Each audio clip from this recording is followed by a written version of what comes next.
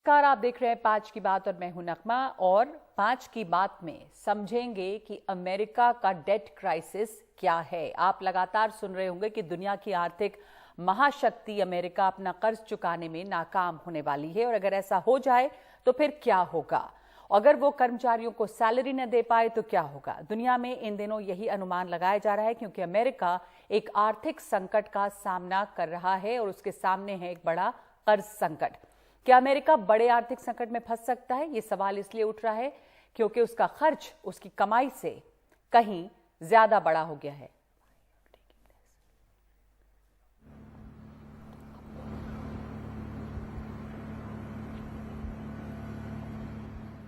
उसकी कमाई है उससे कहीं ज्यादा बड़ा हो गया है उसका कर्ज, और इसकी भरपाई के लिए जो पैसे जुटाने हैं उसका इंतजाम करने की इजाजत अभी अमेरिकी सरकार को नहीं मिली है। अमेरिका का राजकोष खाली होता जा रहा है और देश पर डिफॉल्ट का खतरा मंडरा रहा है। सत्ताधारी डेमोक्रेटिक पार्टी कर्ज लेने की सीमा को बढ़ाना चाहती है, लेकिन विपक्ष में रिपब्लिकन इसमें अड़ंगा लगा रहे हैं। दरअसल इसे अमेरिका में नेशनल डेट क्राइसिस यानी कि राष्ट्रीय कर्ज संकट कहा जा रहा है। तो सबसे पहले ये समझते हैं इस ग्राफिक्स के जरिए कि अमेरिका का ये कर्ज संकट है क्या। तो अमेरिकी सरकार के कर्ज लेने की एक सीमा बंदी होती है जो उसने खुद तय की है। फिलहाल ये सीमा 31.4 लाख करोड़ डॉलर की है, 31.4 लाख करोड़ डॉलर। लेकिन 19 जनवरी को ही अमेरिका ये सीमा पार कर चुका है और 1 जून को वो डेडलाइन है जब वो उसके बाद डिफॉल्ट कर जाएगा। अमेरिका को अपने खर्च पूरे करने के लिए फिर से पैसे जुटाने होंगे, लेकिन इसके लिए कांग्रेस की मंजूरी जरूरी है। कांग्रेस यानी कि जिसमें सत्ता पक्ष और विपक्ष दोनों हैं, जो अब तक नहीं मिली है। नेशनल डेट की सीमा को लेकर रिपब्लिकन और डेमोक्रेट्स में बहस चल रही है। जो बाइडेन और रिपब्लिकन केविन मैकार्थी में बातचीत हुई है। बीच में ये बातचीत रुकी थी, लेकिन बातचीत फिर शुरू हुई सोमवार को। रिपब्लिकन कर सीमा बढ़ाने को तैयार तो हैं, पर उनकी अपनी कई शर्तें हैं। वो स्पेंडिंग को कम कराना चाहते हैं, खर्च को। डेमोक्रेट्स मानते हैं कि इससे अमेरिका की जो कल्याणकारी योजनाएं हैं उस पर असर होगा। अमेरिकी राष्ट्रपति जो बाइडेन और रिपब्लिकन नेता केविन मैकार्थी के बीच अब तक सहमति नहीं बनी है। तो अगर जो बाइडेन और केविन मैकार्थी के बीच सहमति नहीं बनी तो क्या होगा? 1 जून के बाद अमेरिका लोगों के पैसे चुकाने में नाकाम रहेगा। इसके नतीजे का तरह तरह से आंकलन हो रहा है। मूडी एनालिटिक्स के एक अंदाजे के मुताबिक अगर ये संकट 1 हफ्ते से ज्यादा खिंचा तो अमेरिका में 15 लाख नौकरियां चली जाएंगी। अगर 1 हफ्ते ये संकट रह गया तो 15 लाख नौकरियां जाएंगी, और अगर ये संकट गर्मियों तक चला गया तो फिर अमेरिका में 78 लाख नौकरियां खत्म हो जाएंगी। बेरोजगारी दर जो मौजूदा 3.4% है वो बढ़कर 8% तक हो जाएगी। स्टॉक मार्केट की गिरावट में अमेरिकियों के 10 ट्रिलियन डॉलर हो सकते हैं। इस संकट का जो अंतर्राष्ट्रीय असर होगा ग्लोबल इकोनॉमी पर, उसका तो बस अंदाजा ही लगाया जा सकता है। दुनिया में जो सेंट्रल बैंक है, दुनिया के जो सेंट्रल बैंक हैं, उनमें जो अंतर्राष्ट्रीय मुद्रा भंडार है उसमें 58% डॉलर अमेरिका का है, यानी दुनिया का कोई हिस्सा इससे अछूता नहीं बचेगा। चीनी इलेक्ट्रॉनिक्स कंपनियों के ऑर्डर रुक जाएंगे, स्विस कंपनियों का निवेश ठहरेगा, श्रीलंका की कंपनियां अपनी लड़खड़ाती करेंसी के मुकाबले डॉलर को विकल्प की तरह इस्तेमाल नहीं कर पाएंगी। तो ये तमाम चीजें हैं जो कि अमेरिका के डिफॉल्ट करने से हो सकती हैं, इसलिए पूरी कोशिश है कि ऐसा ना हो। 1 जून की ये समय सीमा है। तो सिर्फ दुनिया पर ही इसका असर नहीं पड़ेगा, जाहिर है कि दुनिया के में जो असर पड़ता है उसका असर भारत पर भी पड़ेगा। अमेरिका में अगर डिमांड घटता है तो फिर निर्यात प्रभावित होगा और इससे हमारी कंपनियों पर असर पड़ेगा, यहां भारतीय कंपनियों पर। अमेरिका में जो ये मंदी का डर है उससे आपको दिखाते हैं कि कैसे भारत पर असर हो सकता है। अमेरिका में मांग अगर घटी तो भारतीय निर्यात प्रभावित होंगे। डिमांड घटने से भारतीय सॉफ्टवेयर इंडस्ट्री पहले से ही संकट में है और भी मुश्किल बढ़ेगी। डिमांड और घटी, सॉफ्टवेयर इंडस्ट्री में नौकरियां जाएंगी। भारत समेत दुनिया के कई देश डॉलर का रिजर्व रखते हैं। अमेरिका कर्ज नहीं चुका पाया तो फिर जो डॉलर की वैल्यू है, जो साख है उसकी, वो घटेगी। अमेरिकी केंद्रीय बैंक ब्याज दरें बढ़ाने पर मजबूर हो सकता है। अमेरिका में ब्याज दरें बढ़ी तो भारत में भी दरों का बढ़ना जो है वो तय है। तो ये है पूरा जो इस समय क्राइसिस है अमेरिका का, नेशनल डेट क्राइसिस, यानी कि एक राष्ट्रीय कर्ज संकट। इसका दुनिया पर असर होगा, भारत पर असर होगा। और बेहतर समझने के लिए मेरे साथ मौजूद हैं अर्थशास्त्री आमिरुल्लाह खान और अर्थशास्त्री रजत सेठी। आप दोनों का स्वागत है। हमने कुछ हद तक कोशिश की है कि हम लोगों को बताएं कि दरअसल ये नेशनल डेट क्राइसिस है क्या। आमिरुल्लाह साहब, क्या ये पहली दफा है कि अमेरिका में ऐसा हो रहा है? क्योंकि ये शायद ओबामा के समय भी एक बार हुआ, तो फिर कैसे इससे उबर पाया था अमेरिका? नगमा, पहले तो आपने सारी क्लास ले ली, सब चीजें बता दी आपने तो thank you very much. But ये जो आपका सवाल था उसका जवाब ये है कि ये डेट क्राइसिस कोई नई बात नहीं है अमेरिका में, ये 200 साल से चली आ रही है। बल्कि इसकी शुरुआत तब होती है जब वहाँ पे वो स्लेवरी थी और जो बंधुआ मजदूर थे उनको पैसे देने थे वो कम पड़ गए, तब से जाके ये बात चली आ रही है।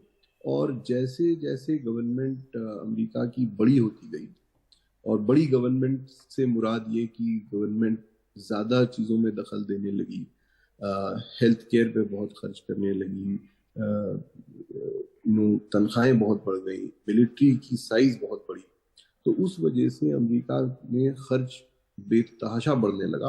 और ये जो डेट सीलिंग आपने की बात की, ये अमेरिका बहुत बार इस खतरे में आया कि वो उस डेट सीलिंग को पार कर ले। उसको उन्होंने बड़ी आसानी से तय कर लिया और सॉल्व कर लिया, वो ये करके कि चलो हम थोड़ा और बढ़ा लेते हैं अपनी सीमा और हम और पैसे ले लेते हैं।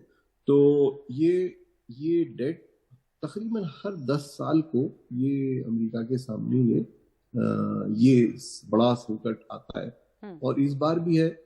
इस बार ज्यादा संगीन इस वजह से है क्योंकि अमेरिका कोविड से बहुत बुरी तरह गुजरा, और अब ये जो जंग हो रही है उससे भी बड़ी परेशानी हो रही है, और दुनिया खुद एक रिसेशन की तरफ बढ़ रही है। तो ये सारी वजूहत है जिसकी वजह से अमेरिका के पास इतना बड़ा मसला खड़ा। तो ये एक बड़ा मसला इस समय है, पर इसका हल निकल सकता है। ये 1 जून की जो डेडलाइन है रजत सेठी, उसके पहले जाहिर है कि अमेरिका ये होने नहीं देगा कि इस तरह का से वो डिफॉल्ट करे, क्योंकि अगर ऐसा होता है तो पूरे फाइनेंशियल मार्केट में जो उथल पुथल मचेगी उसकी तो बस कल्पना ही की जा सकती है। देखिए नगमा जी, इसमें 2-3 पक्ष हैं। पहली बार वहां पे जो कांग्रेस का सेनेट है, वहां के स्पीकर जो हैं केविन मैकार्थी, रिपब्लिकन पार्टी से हैं, विपक्षी पार्टी से हैं, और उनको पहली बार मौका मिल रहा है कि बाइडेन की पॉलिसीज को कंट्रोल किया जा सके। और ये ऐतिहासिक रूप से जो ये डेट की लिमिट होती है, सीलिंग होती है, ये बार बार विपक्षी दल, पहले भी ऐसा हुआ था ओबामा के टाइम, और इस बार बाइडेन के समय में भी यही हो रहा है कि वो अपनी राजनीति को प्राथमिकता देते हैं और निगोसिएशन को आखिरी दिन तक खींचने की कोशिश करते हैं ताकि ज्यादा से ज्यादा पॉलिटिकल ग्राउंड कवर किया जा सके। चूंकि केविन मैकार्थी पहली बार स्पीकर बने हैं, उनके अंदर भी एक जोश है कि इस बार वो अपनी पॉलिसीज को पुश कर सके, रिपब्लिकन पॉलिसीज को पुश कर सके। जो चीजें डेमोक्रेटिक रेजीम जो वहां पर लागू करने की कोशिश कर रही है, इन्फ्लेशन रिडक्शन एक्ट वगैरह, उसके ऊपर लगाम कस सके। सब कुछ राजनीति है। कुल मिला के केविन मैकार्थी के ऊपर भी ये नैतिक जिम्मेदारी आएगी अगर डिफॉल्ट होता है, इसलिए वो भी होने नहीं देंगे। आखिरी तक निगोसिएशन चलेगी, और जैसा 2011 में हुआ था कि ब्रीच होने नहीं देंगे, इस बार भी ब्रीच नहीं होने देंगे, क्योंकि सबको मालूम है इसका डाउन साइड। आपने भी बताया, अभी डिटेल में बताया, इससे अमेरिका की लीडरशिप पे प्रश्न चिन्ह लगेगा।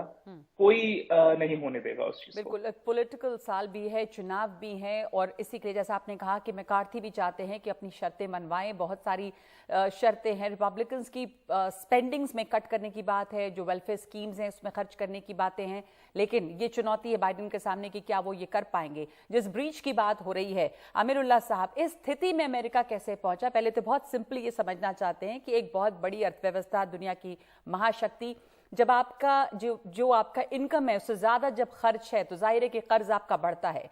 तो ये जो स्थिति है इसको कैसे समझाएंगे? यस नॉर्मा, बड़ा बड़ा इम्पोर्टेंट सवाल। तो होता ये है कि आप उमूमन देखिए कि जो लोग बहुत बड़े लोग होते हैं, जिनके पास बड़ा बिजनेस होता है, बहुत बड़ी कमाई होती है, वही लोग होते हैं जो सबसे ज्यादा कर्ज भी लेते हैं। और वो इस वजह से भी लेते हैं कि लोग उनको खुशी से कर्ज दे देते हैं। अगर कोई मुल्क का इन्वेस्टर हो और उससे पूछा जाए कि वो कहाँ अपना पैसा लगाना चाहता है, तो वो कहेगा मैं अमेरिका में लगाना चाहता हूँ। हर मुल्क, चाइना खुसूसन, बहुत सारे पैसे अपने अमेरिका को दिया हुआ है। तो जो बड़ा आदमी होता है उसको लोग बड़ी आसानी से बोरो करते हैं, तो बड़ी आसानी से पैसे, इस वजह से अमेरिका को बिल्कुल दुश्वारी नहीं हुई, उन्होंने हर जगह से कर्ज ले लिया। दूसरी वजह ये हुई कि अमेरिका पिछले 20-25 साल से बहुत अपना खर्च बढ़ा चुका है, इस वजह से कि वो अफगानिस्तान में, चाहे वो अफगानिस्तान हो, चाहे वो वॉर अगेंस्ट टेरर हो, चाहे हेल्थ स्पेंडिंग हो, ये तीनों बड़ी चीजें अमेरिका के लिए बहुत बड़े बिल लेके आई और इनको खर्च करना बहुत जरूरी था। तो कोविड के बाद जो मार पड़ी उसमें भी अमेरिका ने पहल की। हाँ। अमेरिका ने पहले सबसे पहला मुल्क था जिसने बताया कि कोविड में किस तरह से वो लोग जिनका रोजगार चला गया उनको पैसे दिए जाएं, जिन बिजनेसेस को प्रॉब्लम हुआ उनको पैसे दें। तो उस वजह से अमेरिका ने ये सारे इक़दाम इस वजह से लिए क्योंकि हालात बड़े कमजोर थे और दुनिया भर में बड़ा मसला। हाँ। तो उस वजह से अब अमेरिका के पास ये हालत पहुंच गई। गुमान ये था कि वो जल्दी से ये रिकवर कर लेंगे, लेकिन ऐसा हो नहीं पाया। ये जो जंग हो गई और एनर्जी कॉस्ट जो बढ़ गए, वो जो रिकवरी की उम्मीद थी जितनी तेजी से, वो हो नहीं पाई है। बहुत छोटा सा कमेंट आपसे रजत सेठी, हमारे पास इसके लिए वक्त खत्म हो गया है कि जब लोग ये कहते हैं कि अमेरिका कहीं से बोरो करेगा, कर्ज की सीमा बढ़ती है, तो ऐसे बहुत लोग जो इकोनॉमी नहीं समझ रहे हैं कहीं ये ना समझ ले कि कहाँ से अमेरिका को बोरो करना है। ये कर्ज की जो सीमा बढ़ती है, अमेरिका वो खर्च वो कहाँ से लेता है? देखिए, एक चीज आपके दर्शकों को जानना होगा कि कई सारे देश हैं जिसमें कि परसेंटेज की बात होती है, जेट टू जीडीपी रेशियो, यानी 70%, 72% कितना डेट है। अमेरिका में थोड़ा सा यूनिक है, वहां पर एब्सोल्यूट फिगर की बात होती है जिसमें कि उन्होंने 31.4 ट्रिलियन की लिमिट रखी हुई है। उसको जीडीपी से कोई लेना देना नहीं है उसका, वो फिक्स्ड लिमिट है। इसको अगर ब्रीच होने से बचाना है तो अभी जनवरी में वैसे ब्रीच हुआ था, तो ट्रेजरी ने कुछ मेकशिफ्ट सॉल्यूशंस निकाले थे। अगर यूएस को बोरो करना है तो वो ट्रेजरी बॉन्ड, जो गवर्नमेंट के बॉन्ड्स होते हैं, उनको इशू करते हैं। उन बॉन्ड्स को विश्व भर में खरीदा जाता है। चाइना ने बहुत सारे करीब 33% बॉन्ड की ओनरशिप कुछ ही कंट्रीज के पास है, उसमें चाइना की वरीयता है। सरकार अन्य माध्यमों से भी ऐसे कई सारे कमर्शियल पेपर्स वगैरह को खरीदती फरोख्ती और बेचती रहती है, जिसके थ्रू वो लगातार लोन के अमाउंट को बढ़ाती जाती है और उसको अलग अलग स्कीम्स में अपने देश में खर्च करती है, जिसमें कि एक बहुत बड़ा जो स्कीम चल रहा है, $1 ट्रिलियन प्लस का स्कीम है, वो इन्फ्लेशन रिडक्शन एक्ट का है, जिसके माध्यम से फिस्कल पॉलिसीज के थ्रू वो लोग इन्फ्लेशन को कम करने की कोशिश कर रहे हैं। तो ये सब चीजें प्रश्न चिन्ह लगेगा, करेगी क्या, कैसे यूएस की सरकार इसको आगे लोन ले पाएगी, किन दरों पे ले पाएगी। देखिए, दर खराब होने वाली है इससे। बिल्कुल, ये देखना होगा कि किस तरह से ये जो कर्ज की सीमा है वो बढ़ाई जा सकती है। और कुल मिला के ये ज़रूर है कि अमेरिका खुद को ये डिफ़ॉल्ट नहीं होने देगा, इसलिए एक उम्मीद बंधी हुई है, क्योंकि इसका असर न सिर्फ अमेरिका पर, दुनिया भर की इकॉनमी पे पड़ेगा। बहुत धन्यवाद आपका अमीरुल्लाह साहब और रजत सेठी हमारे साथ जुड़ने के लिए। 5 की बात में एक ब्रेक ले रहे हैं हम, और उसके आगे G20 प्रतिनिधियों की श्रीनगर सैर।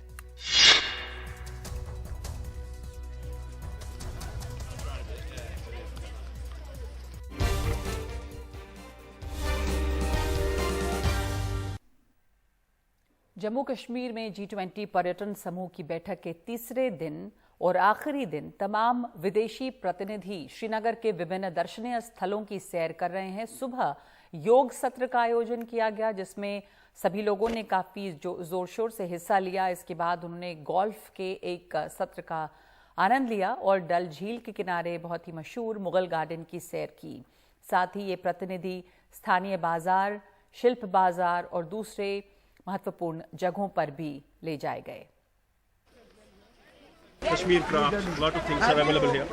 Well, it's been exciting so far, so I wait and see what I see in the market. Okay. If you get any chance in your life, would you like again visiting Kashmir apart from the G20? Yeah, I want to see Taj Mahal, Agra. Okay. I want to come back to Agra, so that I'll see. What's the name of the place? Taj Mahal. Yeah, I'm loving it. You got a beautiful place in here. I think it's a nice experience to be in here. So I'm really enjoying it. Very, very beautiful experience. Love it here. Even though there's a little bit of rain, but we really liked it a lot. Beautiful, heaven on earth. Srinagar में G20 सम्मेलन के दौरान कश्मीर में पर्यटन को बढ़ावा देने पर भारत का पूरा जोर है। पर्यटन पर G20 वर्किंग ग्रुप के शेरपा अमिताभ कांत से बात की है नीता शर्मा ने। हमारे साथ G20 के शेरपा मिस्टर अमिताभ कांत हैं। सर, आप यहाँ पर कश्मीर में टूरिज्म को बढ़ावा देने की कोशिश कर रहे हैं। हाई वैल्यू टूरिज्म के बारे में भी चर्चा हो रही है, तो क्या क्या पोटेंशियल है हाई वैल्यू टूरिज्म का? देखिए, जो पोटेंशियल कश्मीर में है वो कहीं नहीं है। मैं कई बार डेवोस जा चुका हूँ, ये डेवोस से भी बहुत ज़्यादा सुंदर है। और ये डेस्टिनेशन क्योंकि मेरे विचार से प्राइवेट टूरिज्म एक प्राइवेट सेक्टर एक्टिविटी है। आपके यहाँ रिजॉर्ट्स कम हैं, ज़्यादा रिजॉर्ट्स हाई वैल्यू के रिजॉर्ट्स होने चाहिए। अभी जाकर ताज यहाँ आया है, 4 ही 5 अच्छे रिजॉर्ट्स हैं। और गवर्नमेंट का जो काम होना चाहिए वो infrastructure, last mile connectivity, destination का प्रमोशन, बट प्राइवेट सेक्टर को आना। और जो नए डेस्टिनेशन बन रहे हैं उसमें मास्टर प्लानिंग बहुत आवश्यक है, क्योंकि ओवर कंस्ट्रक्शन भी नहीं करना चाहिए कहीं पे, और उसको वेल प्लान रखना चाहिए ऐसा हाई वैल्यू डेस्टिनेशन। तो मेरे विचार से कश्मीर में ये इसका बहुत बड़ा मल्टीप्लायर इम्पैक्ट हो सकता है, और सबसे ज़्यादा जॉब क्रिएशन टूरिज्म सेक्टर से बन के निकलेंगी। और इसके लिए जो गवर्नमेंट प्रयत्न कर रही है ये आगे इसको टूरिज्म ले जाएगा। और G20 में भी यही चर्चा जो हुई है, sustainable tourism, green tourism, tourism as a job creator, और ये बहुत अच्छा डिस्कशन यहाँ रहा है। और कश्मीर को कैसे एक फिल्म टूरिज्म डेस्टिनेशन की तरह डेवलप करें, तो बहुत बढ़िया चर्चा रही है। सिंगल विंडो क्लियरेंसेस की जैसे बात होती है, बिकॉज फिल्म अगर इंटरनेशनल फिल्म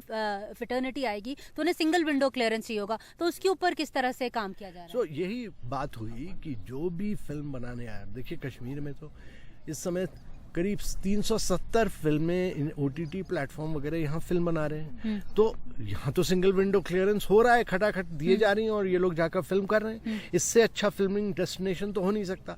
ये सारे फिल्म प्रोड्यूसर जो स्विट्जरलैंड जाते हैं, ये सारे के सारे कश्मीर अब आने लग गए हैं। तो इसको बढ़ावा देना चाहिए। विदेश में जाकर ऐसी सुंदरता तो कहीं नहीं मिलेगी। दल लेक की, गुलमर्ग की, पहलगांव की, सोनमर्ग की, ये सुंदरता कहाँ मिलेगी? ये तो डेवोस से भी 10 गुना ज्यादा सुंदरता है। लास्ट क्वेश्चन, ये बड़ी चर्चा की जा रही है कौन सी कंट्रीज पार्टिसिपेट कर रही हैं, द लेवल ऑफ पार्टिसिपेशन जो है कई कंट्रीज का बहुत लो है, इसके ऊपर आप क्या कहेंगे जो G20 मीट स्पेशली जो कश्मीर में हो रही है? देखिए, बहुत बड़ी गैदरिंग है, इससे बड़ी गैदरिंग कभी नहीं हुई। 61 पार्टिसिपेंट्स हैं, 29 कंट्रीज में से केवल चाइना ने पार्टिसिपेट नहीं किया। बाकी सारी देश के ऑफिशियल रिप्रेजेंटेटिव्स आए, 2-3 देशों के प्राइवेट सेक्टर रिप्रेजेंटेटिव्स आए, क्योंकि टूरिज्म एक प्राइवेट सेक्टर एक्टिविटी है। उनके टूर ऑपरेटर्स, ट्रैवल एजेंट्स भी आए, पर सारे देश यहाँ रिप्रेजेंटेड हैं, केवल चाइना नहीं रिप्रेजेंटेड। यूपीएससी की परीक्षा में इस साल जामिया रेजिडेंशियल कॉम्प्लेक्स इंस्टीट्यूट के 24 छात्र पास हुए हैं। जामिया हर साल 100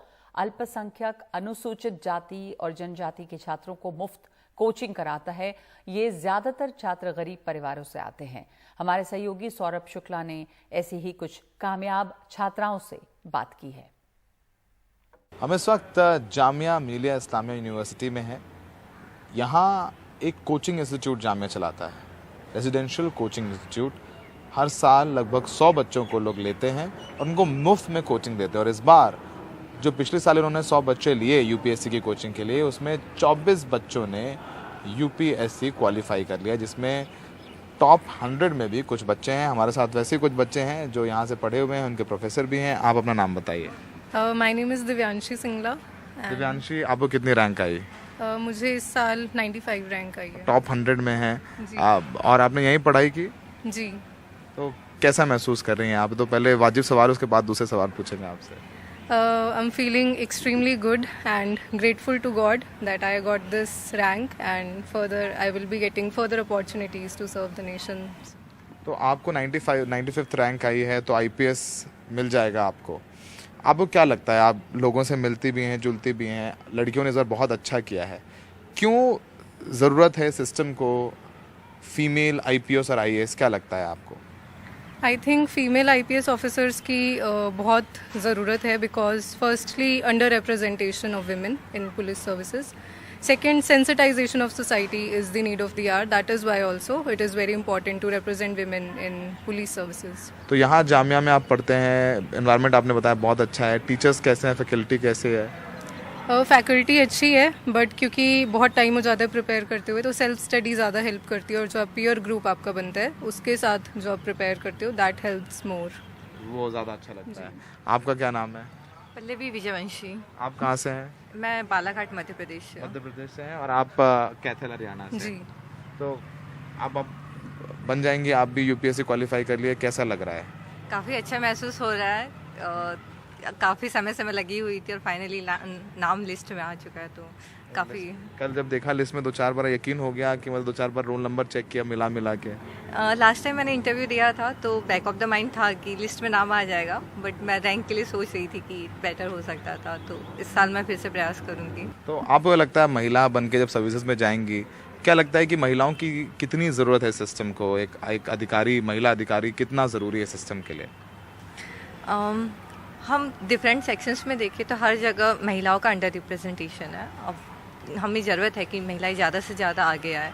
जैसे हम क्राइम्स वगैरह देख रहे हैं तो महिलाओं के अगेंस्ट ज़्यादा होते हैं और बाकी सारी चीज़ें भी महिलाओं का एम्पावरमेंट हो रहा है बट उस लेवल तक नहीं हो रहा है. जैसे कि हम देखें महिलाएं पढ़ तो लेती है पर जो जॉब अपॉर्चुनिटीज़ है वो उतनी नहीं है और महिलाओं को उसमें भी रिप्रेजेंटेशन इतना नहीं है. तो हम चाहेंगे कि महिलाओं का हर क्षेत्र में, चाहे वो एजुकेशन हो, हेल्थ हो, उनका एम्पावरमेंट हो, जॉब अपॉर्चुनिटीज़ हो, हर इसमें वो आगे बढ़ें.